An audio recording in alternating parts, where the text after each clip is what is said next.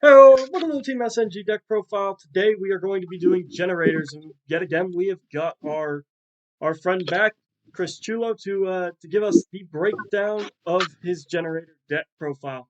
While I got your attention, I'd like to ask you guys leave us a like, leave us a comment, and leave us a subscribe. Not a whole lot else to be said there, so I think at this point I'm going to hand it over to Chris Tullo. Chris. Yes, thanks, Chris. Just here with my generators. I built this deck when the generators first came out, and I thought it was a bit of fun, and played it a few times, and realised that actually it's just quite a fun deck and insanely broken at times. Especially when VFD was around, but sadly that's no longer around. But then again, you don't necessarily need the extra deck to power through on this deck. And with that said, let's jump straight in. So, monsters. First off, I run 3 of Loptar, Shadow of the Generator boss. He's level 4, 1500 attack, 1500 defense. He's fairy effect. It's quite a cool looking chap. He says you can only control 1 Loptar, and all generator monsters you control gain 1000 attack and defense during your opponent's turn, which is an incredible boost when you see how the deck works, which is mainly by doing things during your opponent's turn instead of yours. So in your turn, you mainly set up, and then in your opponent's turn, you carry on playing. The other thing you can do during the main phase as a quick effect, you contribute 1 generator monster to special summon 1 level 9 generator monster with a different name from your deck. So apart from a quick summon and a quick boost, it's pretty useful. Next up, we have Hela of the generator boss Doom. I run 2 of her. This is a zombie. It's a level 9, this one, which is like most of the other generators, in fact, all the other generator monsters in the main deck. This is essentially a monster reborn. Quick effect as well. You contribute 1 generator monster or zombie monster to target 1 generator monster or zombie in the graveyard with a different name than the monster attributed. And if you do, you can special summon it in defense mode. Which, considering it's got a defense of 2/8 and attack of 800, if you plonk it in defense mode, you contribute monsters, bring back ones you've lost. Great. Next up, I run 1 Duvelgus, the generator boss of Iron. You can only control 1 of the generator boss of Iron, which is fine. You contribute any number of generator boss monsters or machine monsters to special summon from your hand in defense position exactly as many generator monsters or machine monsters with all different names than those attributed. So if you have a set number of generators on the field, you contribute them to summon out generators from your hand. Simple as that. Again, level 9, as I said, it's got 1500 attack and 2/5 defense, making it quite good to stack up on the field, especially when you come to the field spell, and you'll see why. Next up, I run 2 of Nihog, the generator boss of Iron. It's a worm, this one. It's got 2/1 attack, a 2/6 defense. And this is very good against X, Y, Z, and Synchro, this one. Apart from, again, you can only control 1 of it. When your opponent would special summon a monster, you contribute a generator or worm to negate the summon and destroy that monster. So, yeah, a lovely little effect there. Next up, I run 1 of Utagadra, generator boss of Delusions. I might just point out, most of in fact, all the generators are based off the Norse mythology, and as such have very weird and impronounceable names sometimes. So you'll have to forgive my pronunciations of them. Anyway, the generator boss of Demolition is a level 9 rock with 2/2 attack and 2/7 defense. Apart from you can only control 1. This one says you contribute 2 generator monsters or rock monsters, then target 1 card on the field and banish it. A simple removal from the game, and at the cost of 2. And considering it can sit in defense and just do that as a quick effect, is absolutely incredible. Next up, I'm running 2 of the Mardell, generator of Bosslight. This is a plant. It has 2/4 attack and 2/4 defense, and it's a search of the deck, as much as there is one. This one says, if apart from you can only control 1 of them, if this card is normal or special summon, you can add a Generaider or plant monster from your deck to your hand, except itself. And you can only use this effect once per turn.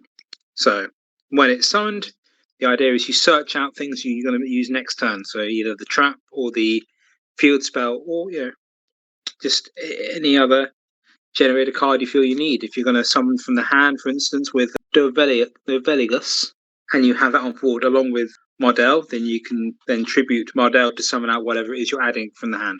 So as I say, I run 2 of those.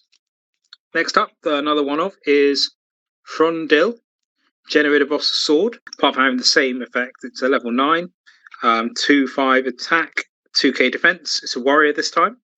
As I said, apart from having the you can only control one of it effect, you can tribute any number of Generaider monsters or warrior monsters, then target that many monsters on the field and destroy them. Then your opponent can draw cards equal to the number of destroyed monsters on their field.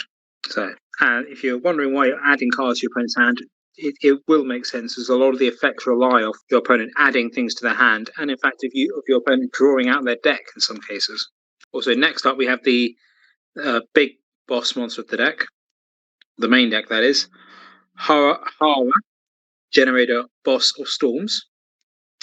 This is a spellcaster, a level 9 again, 3k attack and 3k defense. You can only control one of them, and these are the 2 effects which make it so OP. If your opponent adds cards from the deck or to their hand even, except during the draw phase, you can make your opponent send one monster from their hand or field to the graveyard, their choice. So every time, so if they're adding, then they have to send one, which is can be quite powerful. And the next one certainly is, when a card or effect is activated, you can tribute 2 Generaider or spellcaster monsters, negate the activation, and if you do, destroy that card. So there's a walking negation with 3k that sends a card from your opponent's hand to the graveyard when they add, is a pretty broken card. And consider that since most of these are quick effects, if you have a Loptar on field, at the point where these are going off, they're already all gaining an extra k in attack and defense. So the Boss of Storm suddenly becomes, from 3k, becomes 4k, which does all that. And finally, for Generators, Naglifar, the Generaider Boss of Fire, another level 9.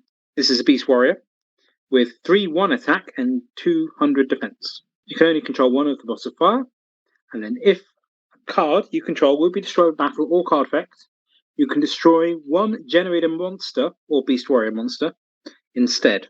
So as a quick save for Generators throughout the deck, it's really good. Then, separate from the Generators, the only other one I really run is Trias Hierarchy. This is a level 9 fairy, which I found is quite a useful jump in, especially with the newer cards that have come out. During the main phase, if this card is in your hand as a quick effect, you can tribute up to 3 fairy monsters to special summon this card, but banish it when it leaves the field, which is fine, because you can then activate in sequence, depending on the number of tribute monsters, these effects. So if you tributed 2 monsters, destroy 1 card your opponent controls, and if you tribute 3, draw 2 cards. Yeah, if you go for your full 3, then you destroy a card your opponent controls, and you get hand advantage during your turn, or during your opponent's turn even, which is even better.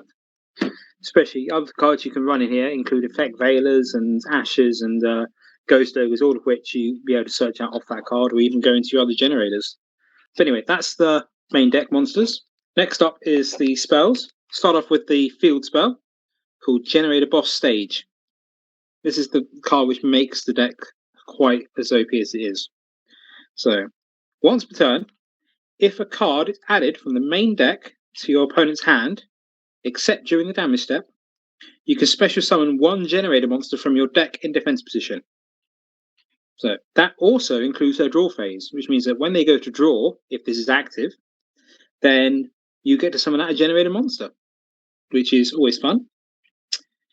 Next up is if you special summon a Generator monster during your opponent's turn, except during the damage step, you can special summon as many Generaider tokens, which are light fairy level 4 with 15 attack and 15 defense, as possible in attack position, but destroy them during the end phase. You can only use the effect of Generaider stage once per turn. So when you summon out your Generaider boss monster, you get to summon out up to 4 fairies, which works for Trias in hand. It works for all of your Generator bosses. And now you've gone from one monster to a full field, which you're able to tribute away for all of their effects. I think that's quite cool. Next up, we run 3 of the World Legacy Monstrosity. This is 2 effects, depending which one you can activate, but you can only activate one of them.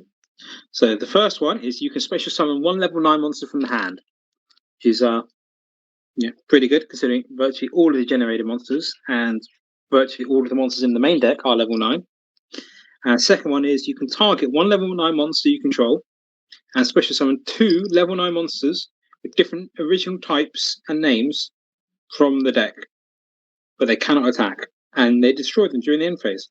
So being able to, during your turn, summon out 2 more monsters to then overlay into certain things or link away, that's always a nice one, even during your opponent's turn, because all of your monsters are quick effects. And since you would have used up some of your boss stages tokens perhaps beforehand, then it allows you to refill your field. Next up, I run 3 of the Kuji Kuri Curse. This is a very simple adding sort of Pot of Greed effect.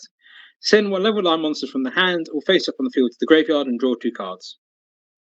Nice simple searcher of the deck to get through all your main deck. Then we come to our essential terraforming of the deck, called Generaider Boss Quest. Now, you reveal 1 Generator monster in your hand, and if you do, you can add 2 spells with different names, Generator spells or traps, from your deck to your hand, except Boss Quest. So generally what you'll do is you activate Boss Quest, you reveal a Generator in your hand, the Generator monster. Then you get to add the trap card, Generator Boss Fight, which is another searcher for terraforming. And also you can add your Generator Boss Stage, which you then activate and can pretty much pass turn from there. Next up, these are all ones of in the deck at the moment. I run 1 Pot of Avarice, just for simply recycling my monsters back from the graveyard into my deck. I run 1 Call by the Grave, because I like to negate effects which work by discarding. And I run 1 Monster Reborn, because it's quite useful to have that ability to bring back things that aren't Generator. Then we move into the traps. So in terms of non-Generator traps to begin with, I run 3 of There Can Only Be One, which is a pretty good shutdown card for most decks, especially as it says each player can only control 1 monster type. If a player controls more than 2, then of the same type, they must send 1 of them to the graveyard. So the ability to just have 1 type works very well with Generators on the basis that, as I've said before, all of them are different types, be them rock, fairy, warrior, or worm. I mean, you can have multiple Generators out, and it limits down your opponent's options as to what they can bring out to try and challenge you. Which is, again, it's also helped more by the fact that all your Generators can do stuff by attributing themselves and other Generators on the field to limit their options even further. Then next up, I run 3 of the Generator Boss Fight. This is essentially a terraforming trap which activates during your opponent's turn and can also set or activate cards from the graveyard. As it reads, you can only activate you can activate 1 Generator field spell directly from your deck or from your graveyard. Then your opponent draws 1 card, which would then set off your if you're using your Generator Boss Stage. You activate that, then they draw a card, and then of course Boss Stage goes off, allowing you to special summon a Generator. And if it's your opponent's turn, then it could potentially go even further and summon out tokens if you haven't done that already. And the last trap I run at 1 of is a Generator Boss Bite. This is mainly for when I got XEs on board, And there's another option for searching with Generator Boss Quest. You contribute any number of generator monsters, then target one face-up XYZ you control. Attach exactly that many generator monsters from your hand, field, or graveyard to it, except the monsters tributed to activate this effect. So, if you've got the generator XYZ on the field, which we'll go into in a second, you could tribute all of your tokens to attach up to 4 generator monsters from your hand, field, or graveyard to that monster. And as you'll see in a second, its attack will then increase, by 4,000. And speaking of, let's go straight into the extra deck while we have it here. So first up is the said card, Jormungandr, giant worm as it is, or reptile, generator boss of eternity. Now, I would suggest running 3 of these, just because you can. It's reptile XYZ. Doesn't have an attack or defense because that is determined by the number of Oblay units it has. So its effect reads, you need 2 plus level 9 monsters to make it, as it's a rank 9. Its effect reads, you can only control one of this card per turn. One of this card. This card's attack becomes 1,000 times the number of materials used. And as an extra ability, you can detach 1 XE from this card. Each player draws 1 card. Then each player that drew a card attaches 1 card from their hand or field to this card. So it forces everyone to draw a card, and then everyone has to put a card or give a card to this card to Generator Boss of Eternity as an overlay unit, meaning it will gain an extra 1,000 by that effect because you're moving it, attaching a material to do so. Then I run 2 of the 9 lives cat. Rank 9 zombie XYZ. It requires 2 level 9 monsters. It's got 900 attack, but it has 3,300 defense, and this essentially acts as a monster reborn. Your opponent cannot target other monsters you control. That was special summoned from the graveyard with card effects, so it also works quite well with Hela, who also special summons generators from the graveyard. You can attach 1 material from this card, then target a level 9 monster in the graveyard or 1 monster in your opponent's graveyard and special summon it. So being able to bring back monsters from either player's graveyard is pretty good, especially if you can plonk it in defense mode and keep them protected when they come back. Next up, I run 1 number 92 Heart Earth Dragon. Rank 9. 3 level 9 monsters required. It's a dragon, XYZ. It has 0 attack and 0 defense. I love the artwork on it. It's a personal favorite of mine. This card cannot be destroyed by battle. Also, your opponent takes any battle damage you would have taken from battles involving this card. So you can just crash into it with 0 attack. During your opponent's end phase, you can detach 1 XE material, banish all cards your opponent currently controls that were normal or special summoned, or were set this turn. So basically, during the end of your opponent's turn, it allows you to reset your opponent's field back to how it was at the start of their turn. Then, if this card was destroyed while it has XE materials, which you could do, you can special summon this card from the graveyard, and if you do, it gains 1,000 attack for each card currently banished. So if you're going up against a deck which banishes a lot, and they manage to destroy this card, it will come back and gain 1,000 attack for every banished card that is currently banished. To round off the XYZs, I run 1 Phantom Fortress into Beliath, which is basically Enterprise.